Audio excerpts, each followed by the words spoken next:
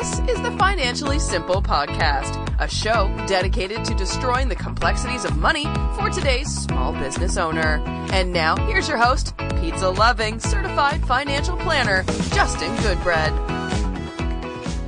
Welcome to Financially Simple. I'm your host, Justin Goodbread, and today we're going to deal with the topic, how to retain your team forever. Or you may say, how to retain your employees forever.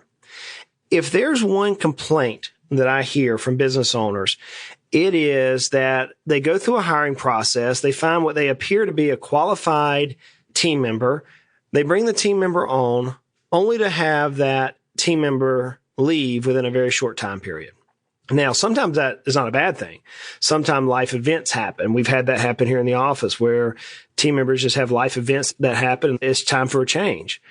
But if you're building an organization that you're trying to grow maximum value or trying to grow the sales price, then having continuity and regularity in your team is vital. It is vital. The last thing you need to have is a revolving door of people coming in and out of your office. I've seen clients like this who they're constantly having to hire somebody new. Either they hire and they don't pay the people enough. I've seen that a lot. Or they treat their team members poorly. The culture is just awful. They don't respect. They don't delegate properly. They don't trust. So today I want to deal with how to retain your team members forever. And I'm going to give you several points here that will maybe add you some thinking to your everyday life as it relates to dealing with employees. The first thing is you have to lay the expectations out. You have to lay the expectations out. You have to know what your team members expect from you, what your employees expect from you. Management thinkers from Ferdinand, I'm going to spell this, F-O-U-R-N-I-S, Fernies, and why employees don't do what they're supposed to do and what to do about it. So it's a book, deals with that one of the key areas is constantly changing expectation creates unhealthy stress. Unhealthy stress.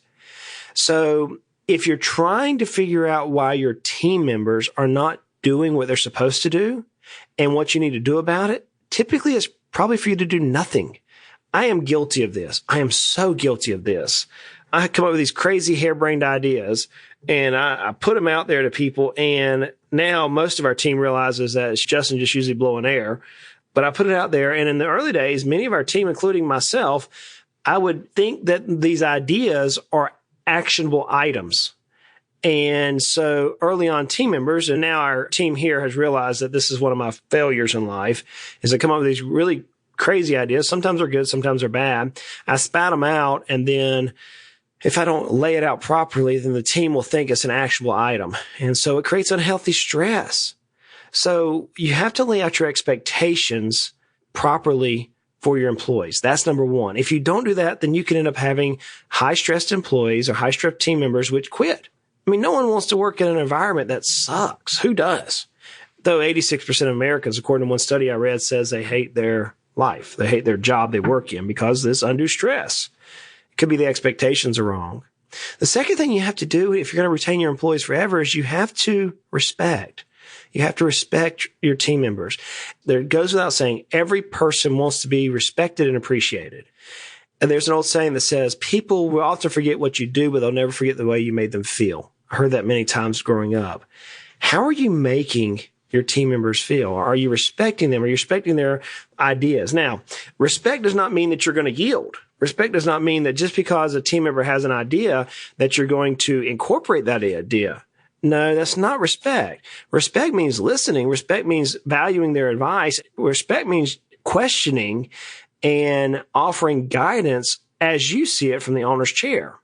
If you respect your team, then you're going to yield a strong environment, a strong culture where memories are made that will last forever. That's respect. Aretha Franklin sang the song. I think of her because of her recent passing, but she sang the song R-E-S-P-E-C-T. It still plays in the workforce. So respect. The third thing you can do is you can create responsibility. You can show your employees, your team members, that you trust them by giving them responsibilities that will allow them to grow. We talked about this a little bit in the last episode where we talked about stretching them out, stretching your team member. You want to have responsibilities that will encourage your team to gain new skills. that will help them reach the next plateau, the next rung in the ladder, if you will. Now, you're going to have to provide ample continuing education. You're going to have to help them do that. And this is where I spoke last episode about the amount of money that you're going to have to use. But if you're building a team that you're going to retain employees forever, you're going to have to yield responsibility. Another thing you're going to have to do is provide quality management supervision. Quality management supervision. People leave companies because managers, supervisor, business owners, let me say that differently. People leave companies because of us. They leave it because of us. They often don't leave it because of their peers. That's not the reason. They leave the company because of the owner or because of the manager, because of the supervisor. According to one study, one of the most frequent complaints are in these areas. They lack clarity and expectations, like we just talked about. They lack clarity about their potential earnings, their earning potential. One of the things I try so hard is to say, here's where I want you to be. Here's how we're going to get there. Now, that's not always easy to do in business. Trust me, I know. Our team members would probably say, if I put them on a microphone, they would say, Justin, you try, but you're not very good at it. You do the best you can, right? But you want to tell your team members, here's where you're headed. It's something that we're working on with every one of our members of our organization. And we all, I believe, most of us in the organization, if not all of us, understand a similar path, a path to get to this next earning potential. This is something I've been struggling with greatly this year. I've had open conversations about it with our team on how do we make this work. The other reason why people leave is because of lack of feedback. We talked about this. You got to give feedback. You got to give feedback about performance. We do quarterly performance meetings.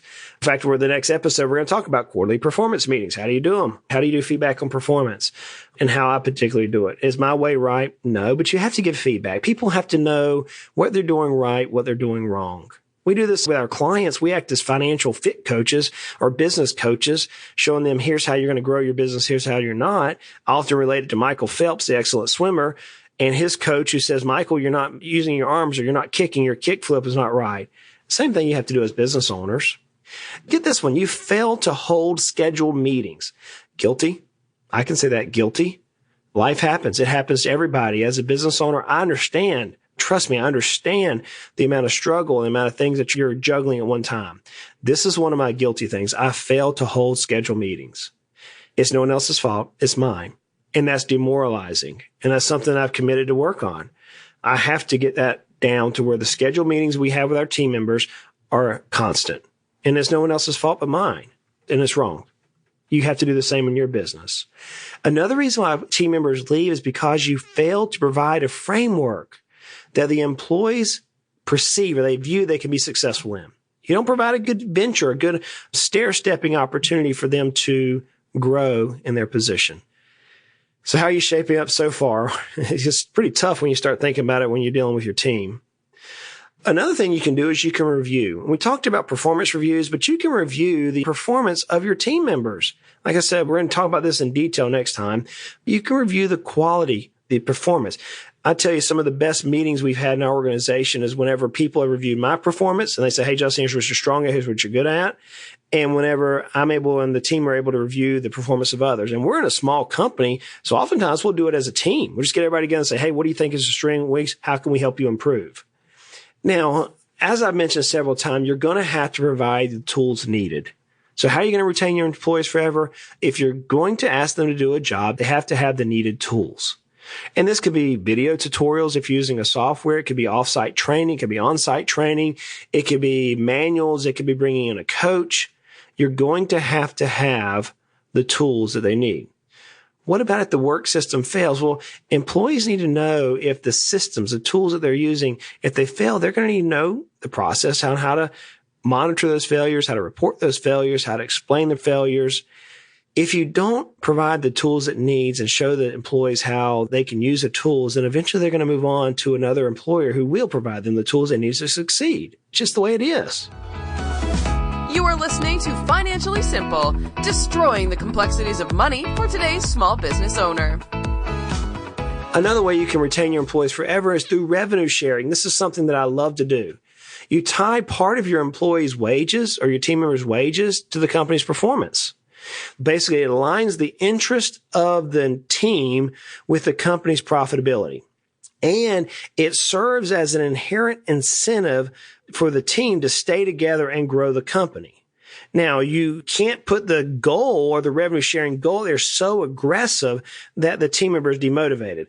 Actually, I did this with one of the team members. I thought the company was going to hit a particular goal. It was rather aggressive, and I realized about mid-year that it's not. And so I had to adjust it. Hey, basically, this year it's just going to be a bonus. I'm going to put a bonus in place for everybody that will be similar to the revenue sharing because I don't want to demotivate anybody within an organization. I don't. If you make it a fixed part of payroll, inevitably you're going to go ahead and start budgeting the revenue sharing, and you're not going to be surprised at year end. I've seen some people create crazy revenue sharing ideas, and after they sign on the dotted line and agree to the revenue sharing process, lo and behold, the team members hit the revenue share and the math was not accurate, or they didn't expect the team to hit it, and now they didn't have the money to pay, and they had to go on a line of credit to pay the team. So if you use revenue sharing, go ahead and put it as a fixed cost on the P&L, the profit and loss of the company. So that's one way you can grow a team that you're going to retain forever is through revenue sharing. This is going to sound crazy, but appreciation works. You want to reward your team members through speaking to them, through monetary compensation. But more importantly, you want to go beyond that. You want to go with little small things.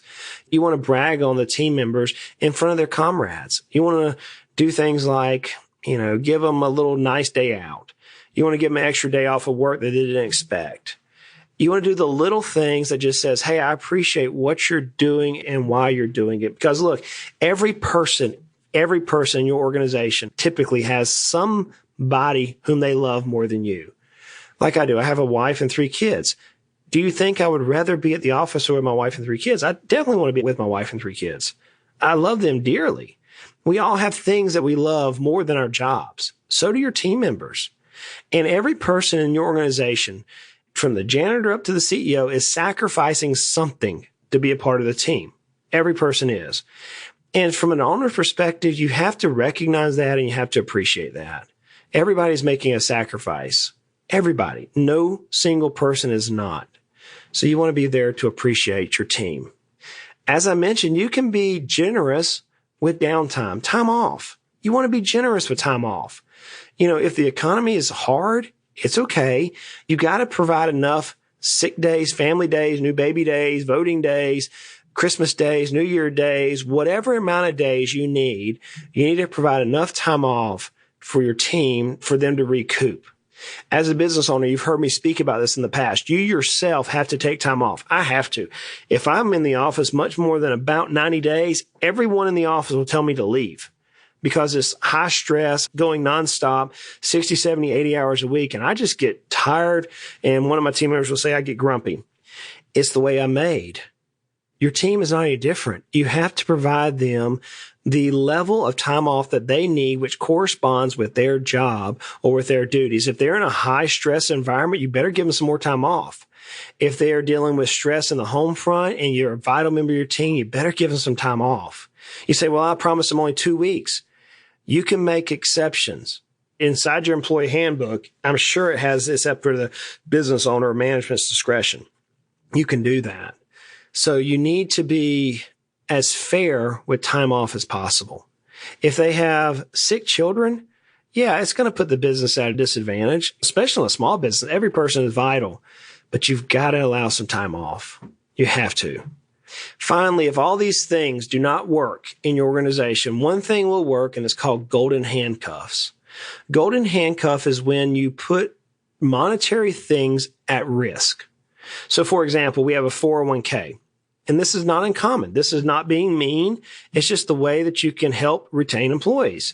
You have a 401k and you add vesting to it, which means that the amount of money that you give in matching funds or the amount of money you give through profit sharing is not vested for a period of time. You may provide a high quality health insurance. I was just talking with our clients today. He said, Justin, we're not providing a 401k. I don't want to do that because I'm fully paying all of my employees' health insurance, everything. And this is like an $85,000 a year bill. It's not insignificant, but he's fully paying. That's his incentive for his team members. And so he actually has people that he wants to retain that's been offered higher value, higher paychecks. But because of the things that we've been talking about through today's episode and because of these golden handcuffs, the team members have not left. You may even look at phantom stock. I actually employ this in our company. We have phantom stock. Phantom stock is not a bad thing. It just means that somebody has the opportunity to have equity in the company at a future date at a predetermined price and at a predetermined method for acquisition. So it gives the employee a sense of ownership within your organization. Now, whether or not you do 401k vesting, different benefit plans like health insurance or different supplemental insurances or phantom stock, one thing we should all do is employment agreements. Employment agreements is a sense of golden handcuff for particular people within your organization. So if you have a key leader, you may put a non-compete in there. You again talk to your attorney. Your attorney will tell you your state and local specific laws, but you may have a non-compete in place. You may have a not to solicit in place. You can have agreements in place which will make it very difficult for key players within your organization to not leave. I hope that gives you some ideas on how you can retain employees forever. The bottom line is it's you. You're the owner. You're the one who's setting the values, the culture. You're the one who has to make sure the expectations are made, that you're respecting your employees, that you're giving responsibility, that you're doing proper supervision, that you're reviewing the processes that they made, that you're providing the tools needed, that you're doing revenue sharing if it's applicable, that you're appreciating your team members. And just say thank you, that you're giving the right amount of time off, or that you're providing golden handcuffs. Ultimately, it's you. You can build this animal any way you want to make it. By the way, just remember this. Your competition is building their business in some fashion that will have some of these elements as well. Your goal is to find the right team members and to build an environment within the organization that no employee, no team member wants to leave. That whenever they're at work, it's a fun, even though it can be stressful. Trust me, we can have a stressful environment, but the parties and the people there know when they go home that there's a safe haven at the office that they can come and be a part of. That's the idea. Just like for me, whenever I leave the office, I know there's a safe haven at home that I can be a part of. And with that, I'm going to ask you to check out the Financially Simple blog. We're going to have this episode very soon up. And, if you like the podcast, hey, do me a favor, share it with a friend. Leave me a review. We've gotten lots of reviews here in the last week. It's been impressive to watch, and it's from you who's listening to the episode. Do me a favor and just stop right now and go and leave us a review either on iTunes or Stitcher or Spotify, wherever you're listening to this particular show at. If you'll do that, that helps me so greatly on sharing this information. I say every week, life is hard. It is. Life is hard. Life is hard. It happens to everybody. No one is exempt from life. Life is good. My sister-in-law and her brother-in-law, they had puppies. They're excited about their puppies being born. Life is good. It's amazing to watch life come to be. Life can be frustrating. Life can make you want to pull your hair out sometimes. We're dealing with an issue with our emails here in the office, and I have one of our team members who's about ready to yank every bit of their hair out of their head. Life can be frustrating. Hey, look, money, business, it doesn't have to be. Let's continue to make our lives at least financially simple. Y'all go out and make it a great day.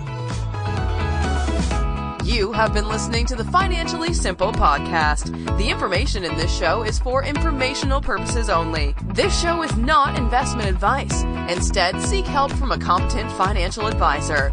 Justin Goodbread, CFP, is an investment advisor representative of Heritage Investors, a registered investment advisor.